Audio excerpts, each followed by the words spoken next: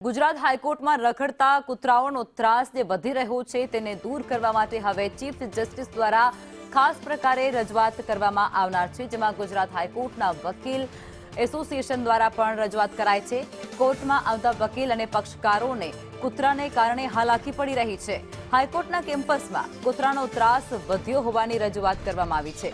સંવાદદાતા દિવ્યા અમારી સાથે જોડાયા છે।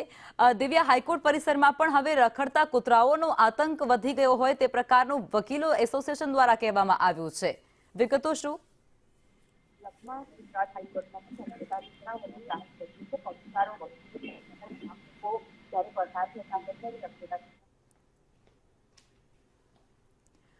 તો વકીલ મંડળની ચીફ જસ્ટિસને ખાસ પ્રકારે રજૂઆત, જેમાં રખડતા કૂતરાઓને દૂર કરવા માટે તેમના દ્વારા રજૂઆત કરાઈ છે। રખડતા કૂતરાઓનો ત્રાસ રસ્તાઓ પર કે પછી જાહેર માર્ગો અને સોસાયટીઓની અંદર તો છે જ, પરંતુ હવે હાઈકોર્ટ અંદર પણ વકીલો એસોસિએશન દ્વારા એવું કહેવામાં આવી રહ્યું છે કે રખડતા કૂતરાઓનો ત્રાસ હવે વધી ગયો છે અને તે ત્રાસને દૂર કરવાની અત્યારે તાતી જરૂરિયાત છે।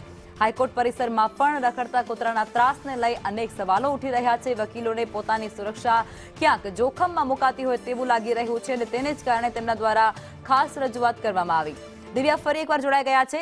દિવ્યા, કઈ પ્રકારની વિગતો આ મુદ્દે?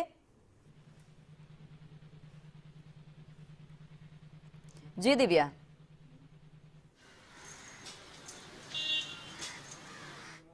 અવાજ આવી રહ્યો છે? દિવ્યા, લાગે છે સંપર્ક કપાઈ ગયો છે, ફરી જોડવાનો પ્રયાસ કરીશું।